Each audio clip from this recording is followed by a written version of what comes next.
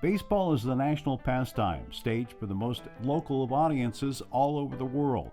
While the game garners national and international attention, its roots are firmly sewn into the fabric of individual towns across the ages. As such, every region can point to their own local heroes for more than a century, and every baseball fan identifies with that ever so familiar crack of the bat.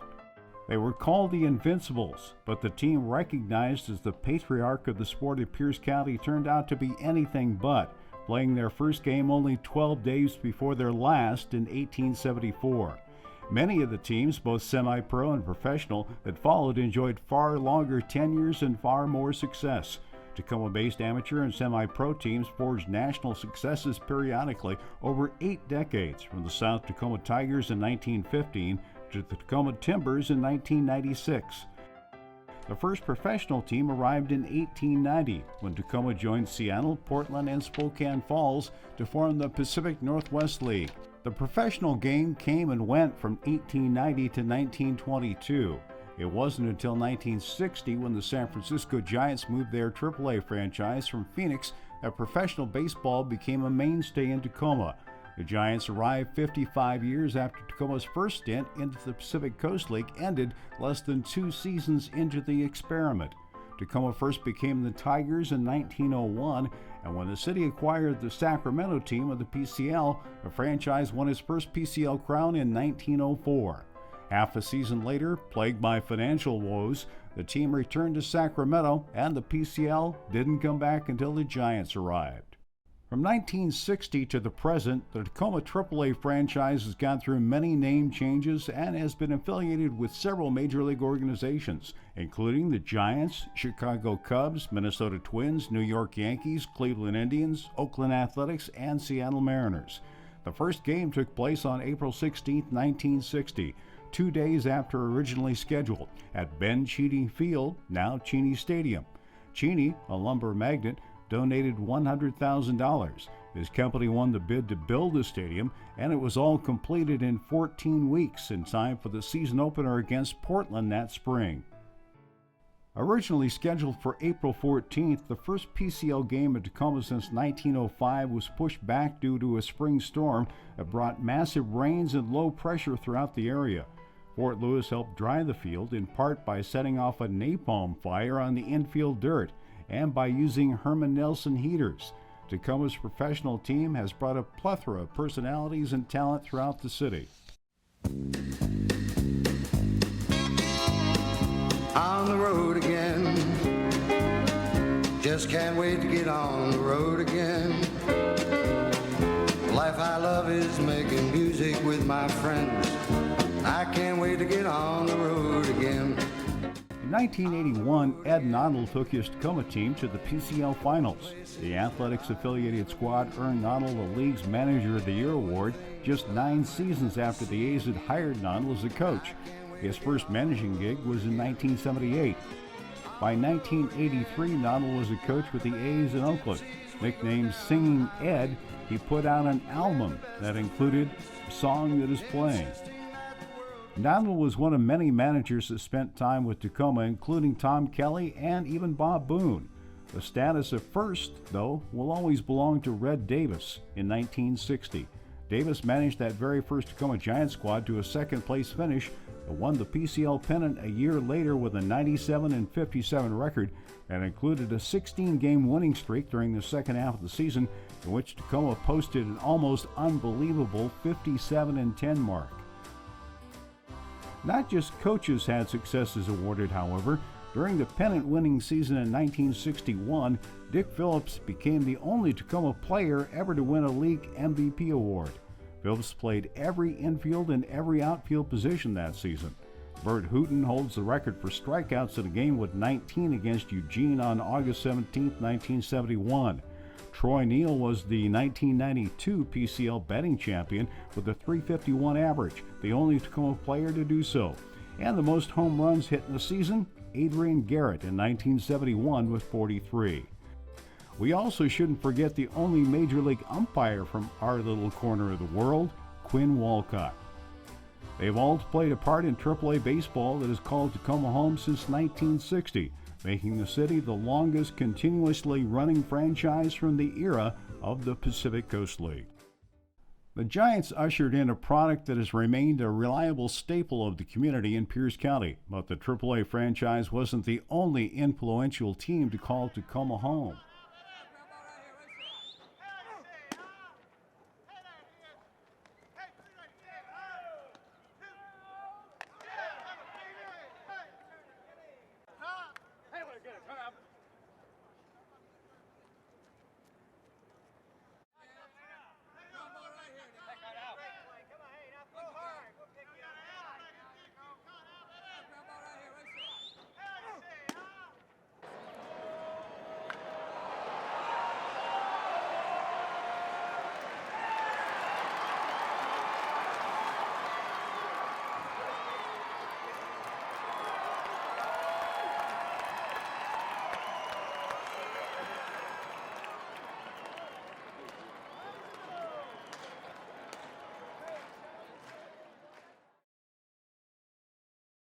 Continuing to be called the Tigers, a name that was readopted by the AAA team in 1980 and remained until 1994, Tacoma competed in various leagues against teams from Vancouver, British Columbia to Portland, Oregon to Butte, Montana until 1922 when they finished fourth in the Western International League. Not until the WIL's return in 1937 was there again professional baseball in Tacoma. It lasted until 1951. 3 years after the WIL left for the second time, another celebrated team came into existence, the Cheney Studs. An amateur team was founded in 1954. Over the next 30 years, the Studs had success locally and nationally, and several of its players, Ron Say, Steve Whitaker, and Doug Sisk, eventually played in the major leagues. The Studs spurred the rise of another great amateur team in and around Tacoma, and over a 6-year period during most of the 1950s, a Tacoma team played in the National Amateur Championship every year, but in 1957. The Studs finished second in 1955, but it was the run from the Stanley Schumann in 1956 that produced maybe the greatest surprise of all. The upshoot is that we ended up winning the state championship, going to the regionals in Watertown, South Dakota, winning that unbeaten, and to the nationals in Battle Creek, Michigan, and we won that unbeaten. So we won our last 13 games in a row to be the national champions. It was a tribute to the kids from Tacoma because I knew how good baseball was. And once we were through the regionals and the nationals, we realized that the three best teams in America that year were in Tacoma, Washington. The Cheney Studs, the Woodworth Contractors, and the Stanley Schumann. From the amateurs to the professionals, Pierce County communities have embraced their baseball teams, but the teams wouldn't be possible without the personalities that made them. Whether in the amateur or pro ranks, people have made the difference. The most visible name among them belongs to lumber magnate Ben Cheney. The Cheney name has become synonymous with baseball in Tacoma. A professional stadium, of course, bears his name. So did the most celebrated of the amateur teams for 30 years, the Cheney Studs. I still run into people every day that played for the Studs. They love to visit about that. I also run into a lot of people that played against the Studs. They don't like to visit about that as much. My dad had a philosophy: if he was going to sponsor a team, which he did in all different sports, mostly in baseball, that they would be the best coached, the best uniformed, and have the best experience. And 30 years later, I'm still hearing that they had the best teams and we had the best coaches, and it was the best experience. Cheney Stadium trumpeted the arrival of professional baseball to stay, which ushered in the opportunity for another group of personalities to further expand how baseball is perceived by the community. Halama stands behind the mound, thinking about this next pitch. A ball and 2 strikes to Ben Candelaria. 2 men gone in the ninth. Halama with a 1-2 pitch, curveball grounded to first base. Betts has it. He feeds it to Halama. Touches first. Perfect game. John Halama has thrown the first 9-inning perfect game in the history of the Pacific Coast League. and he is being mobbed by his teammates out at first base as the Rainiers have had their second no-hitter pitched in a time span of just a week. A perfect game for John Halama. 27 up, 27 down. The color of the sport has been relayed via the radio waves by a series of personalities that have rounded out Tacoma's experience with baseball over the decades. From Don Hill in the 60s. Now we get down to your starting pitcher for the first game next Tuesday. Next Tuesday will be Daniel Rivas, Herbal, and Jerry Thomas in that order. Rivas will pitch the first game, Herbal and Thomas. Herbal and Thomas haven't had quite as much work as Danny, which is one a bit of thinking in your reasoning. That's true, and Danny's pitched 7 innings now, and he's went 8 one time, and Herbal's gone 7. Thomas got to build him up, but I think the next time out, which will be tomorrow, Sunday, he's going to go about 7 or 8, so have these boys ready for opening series of San Diego. And you're counting those other starting pitchers in addition to Rivas, whom you have said will pitch the first game, Herbal and Thomas. You're counting on Getz, are you, as a frontline starter? Getz, Navarro, Salty, Johnson. We're going to work those boys in starting and relief. San Diego.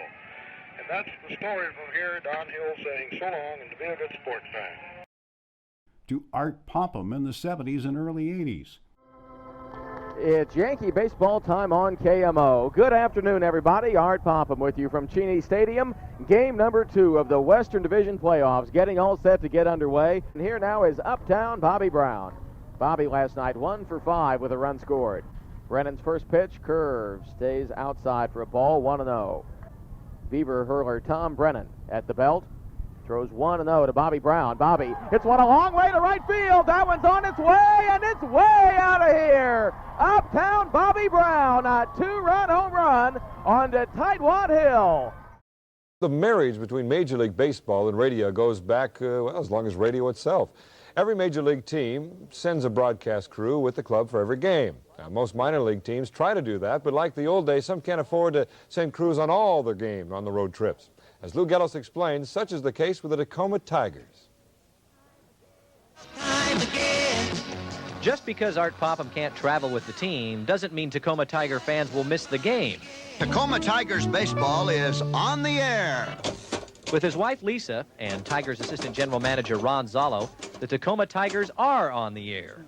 Well, hi everybody, and welcome to an evening of baseball action from High Corbett Field in Tucson. As tonight, about 30 minutes after the actual game begins, Art Popham and his crew begin their recreation of the game on radio. Boy, what a great night for baseball. Just perfect. 85 degrees, of course, nice and dry in Tucson. Popham may not be in Tucson this night, but you'd never know by listening. There's probably about 3,000 or 4,000 people in the ballpark, and more still coming in as we get all set for baseball tonight. While Popham sets the scene, Ron and Lisa are busy compiling data about the game in a telephone call to the Tucson press box. Okay, he walked and was trying to steal. How was he thrown out? Okay, thank you. From there, Lisa types a sketchy script, usually with only the result of a play, passes it to Art, and Popham uses his imagination and knowledge of the players to make it come alive. The Tigers nothing and the Toros nothing. Every 20 minutes, Lisa and Ron call Tucson. The cycle continues until the game is over. Rock, a double, deep off the center field wall. Almost hit it out of here. Here comes the 1-1 pitch. There goes the runner. It's hit on the ground. Foul down the third base side. Okay, single to 5 on double steal. Okay. From the stretch. Here comes the next pitch. There go the runners. Pitch, a hard-hit shot off the glove of the third baseman. Goes out to short left field. Here comes McNeely around third, heading for the plate, and he'll score standing up. And the Tigers lead by a score of 1-0. The runners were off and breaking on a double steal. Good one. Goodwin and Christensen. Here's the first pitch to Hotchkiss. Line back up the middle for a base hit. 1 run will score. Rounding third is Christensen. Here comes the throw to the plate. It'll be cut off as the second run is in also. And the Tigers lead by a score of 3-0. And the Tigers won 7-2. It's just like the old days. Radio baseball really is the next best thing to being there. Popham arrived in Tacoma in 1976, having left the Oakland Athletics front office to become the voice of Pacific Coast League Tacoma Twins on KMO Radio, serving in that position from 1976 through 1984. During that time, he broadcast games for the Twins, Yankees, Tugs, and Tigers. In addition to calling PCL games, Art also worked University of Puget Sound and high school games. He and Doug MacArthur also created the Live from the Leaf sports program, which aired from the Cloverleaf Tavern every Friday night from 1977 through 1981. Another accomplished local broadcaster also split his time between the Cheney Stadium radio booth and local pursuits over the years. Through the 1990s and 2000s, Bob Robertson also broadcast baseball, while also being the voice of Washington State football, as well as later doing UPS and PLU basketball, all the while making his signature closing phrase a staple of sports radio. Bob Robertson saying, always be a good sport, always. And now to Mike Curto. Tacoma's professional, college, and even high school games have been lent a voice over the years. His first pitch to Osmani Garcia is taken down the middle. There's strike one. Topko has retired 22 batters in a row. We have seen it happen to the Rainiers earlier this year, and now Tacoma trying to turn the tables. Topko with the 2-2 pitch. Up high, a fastball, and the count is full, 3-2. The on-deck hitter for Oklahoma is Kelly Dransfeld. Well, Topko was ahead of Barrios. No balls, 2 strikes. Now it's a full count. Barrios back in the batter's box. Topko is into his windup, and the 3-2 pitch is a called strike 3, and Topko has done it. A no-hitter for Brett Topko. The voices of the generations, of course, are possible only thanks to the passion of those who have nurtured baseball here for nearly 150 years. We formed our very first baseball team out of Lincoln High School. And we got Bill Bush at Bush's Drive-In to get us yellow sweatshirts and navy caps, and that was our uniform. We go out to play in our Valley League opener, Edgewood, which was the K Street team on Sunday. And here they are, dressed like major leaguers. And we're all out of Lincoln High School. Every kid on our team, except 2, did not make the varsity. We either played JV or didn't make the team. And our debut in the Valley League was 18-1. I don't know how we got the run, to be honest. But anyway, they were really the gods of baseball to us back in that era. The Valley League was reorganized in 1950 with as many as 30 teams competing across Pierce County. We would go to Mineral to play, and the whole town is out on a Sunday afternoon. It's a celebration, the Valley League. Valley League was unbelievable. We had so many teams, we had 4 divisions. Like I say, it was like a holiday to go play. And it didn't matter where. South Prairie, Mineral, Yelm had a team. But it was very important. Baseball was meaningful to all of it. MacArthur was involved in every aspect of baseball in Tacoma over his life, from player to coach, team creator, and even helping to create Popham's radio show Live from the Leaf. He was one of many who paid the sport forward here. Like others in the area, Nacarado was diversely involved in baseball in Tacoma, far beyond his involvement with the professional team. As Robertson said, he was the Stanley in the Stanley Schumann. Noteworthy period of time in the history of baseball in Tacoma, and that was at the end of the 1971 baseball season when the franchise became open. Cheney Stadium was threatened with being vacated by professional baseball, and born was Baseball Tacoma Incorporated. The instigator of it all, and one of the guys who really pushed it, Stan Nacarado, who's still a part of baseball in this area and always will be. Stan, let's go back to 1971, or maybe a little bit before. Were things going badly for the old Tacoma teams in those days? There was no franchise in Tacoma, and so everybody got their heads together, and in 2 days working 16 hours, I, including myself, got 19 partners, 20 of us total. And we formed and wrote a check for $100,000, which we didn't cash for a long time.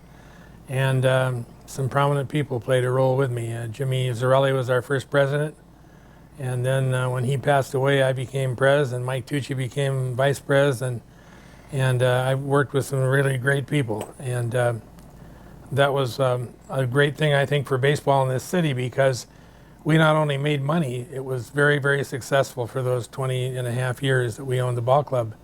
We won some national championships that, with 3 different awards coming to the Tacoma club, something that had never been done in the history of the minor leagues. Still stands.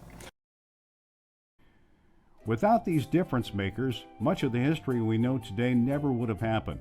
They were and are the movers and shakers, the people that propelled the sport of baseball forward in our area. From developing the fields and stadiums in which we play and watch the game, to the founding and continued maintenance of the teams we've come to admire and love. They are the giants that have helped to shape the landscape of baseball in Pierce County. Their involvement in all levels of baseball in Tacoma nurtured local talent, many of whom went on to become stars of the game. From the Bambino to the Penguin, McCovey to Lester, a plethora of stars and superstars have played the game in and around Tacoma. Some, like the Babe or Junior, were here for just a game or two. Others, such as Say, Steve Whitaker, and John Lester, call Tacoma home.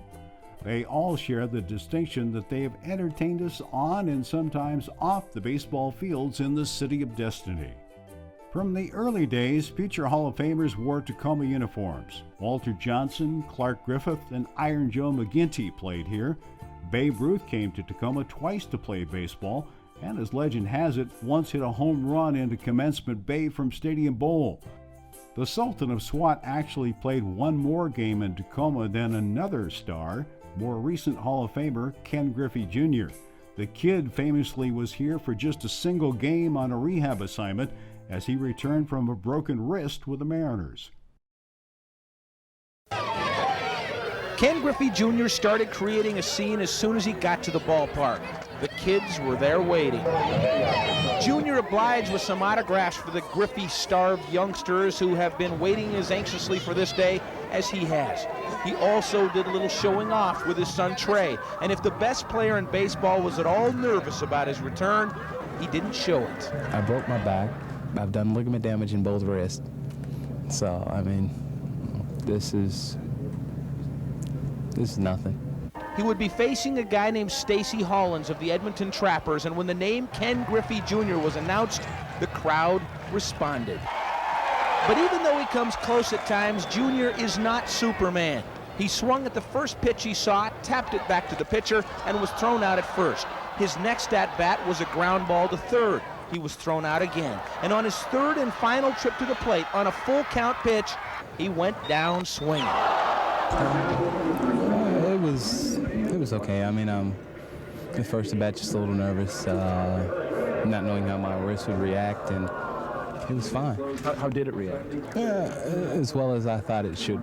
I mean, it's okay. I mean, you know, I still got a couple more days before I can join the team. You know, baseball's my life, and you know, I'm just waiting to get back. So I took BP. I was like, all right, I'm ready. They said, all right, you're going to Tacoma. I said, okay. I went down to Tacoma, took 3 at-bats. I flew myself to Minnesota. I said, I'm ready. Lou didn't put me in the lineup that day, but he put me in the next day. But, you know, that's the only 3 at-bats that I got once I got to the big leagues ever. So in 22 years of playing pro ball, I got 3 at-bats in Tacoma, and that was it. I was like, I'm not going back. Superstars have spent longer stints playing in Tacoma, of course. From the start of the AAA Tacoma franchise's run in 1960, the names abound. That first Giants team in Tacoma boasted the likes of Willie McCovey, Dusty Rhodes, Gaylord Perry, Juan Marichal, and Matty Alou. No matter the organization, the notables made stops in Tacoma.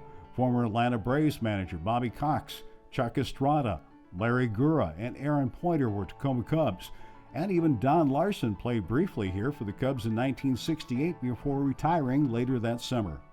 The Twins organization brought Lyman Bostock, Larry Cox, Rick Dempsey, Ron Herbel, Chuck Manuel, Rob Wilfong, Jim Nettles, Willie Norwood, Clover Park High product Cap Peterson, and longtime Twins manager Tom Kelly to Tacoma. When Tacoma became the AAA affiliate for the Oakland Athletics, it brought eventual Major League Rookies of the Year and a plethora of other stars through the city. Every one of the 3 consecutive Oakland Rookies of the Year from 1986 through 88 played at least a year with the Tigers: Jose Canseco, Mark McGuire, and Walt Weiss.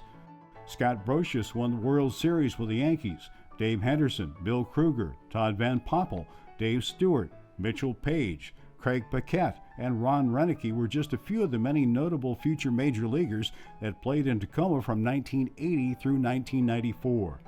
Since the Seattle Mariners moved their top minor league team to Tacoma, Griffey hasn't been the only big name to don a Tacoma uniform. Jay Buhner and Felix Hernandez played here, along with Mike Blowers, Pat Borders, Chris Bosio, Freddie Garcia, Norm Charlton, Raul Ibanez, Mitch Haniger, Alex Rodriguez, Kyle Seager, Dan Wilson, and World Series winners Chris Taylor and Mike Zunino, along with so many more. Cap Peterson was a Tacoma boy who also played professionally here for a time. Pierce County has been producing major leaguers for over a century, however. Jesse Baker broke in with the Chicago White Sox in 1911. He was born on Anderson Island in 1888. Parkland's Oscar Harstead debuted with Cleveland in 1915. Many years later, Ron Say, Doug Sisk, Jeff Conine, John Lester, Steve Lyons, Bill Murphy, Rick Austin, Marv Rickert, and Steve Whitaker came out of the Tacoma area. And Bob Johnson, who was originally from Oklahoma, came to Tacoma early and is considered a Pierce County guy forever. It's a legacy of innovation and success, of failures overcome, and ultimately resiliency. Baseball in Tacoma, through all the years, has proven to be truly invincible with each and every crack of the bat.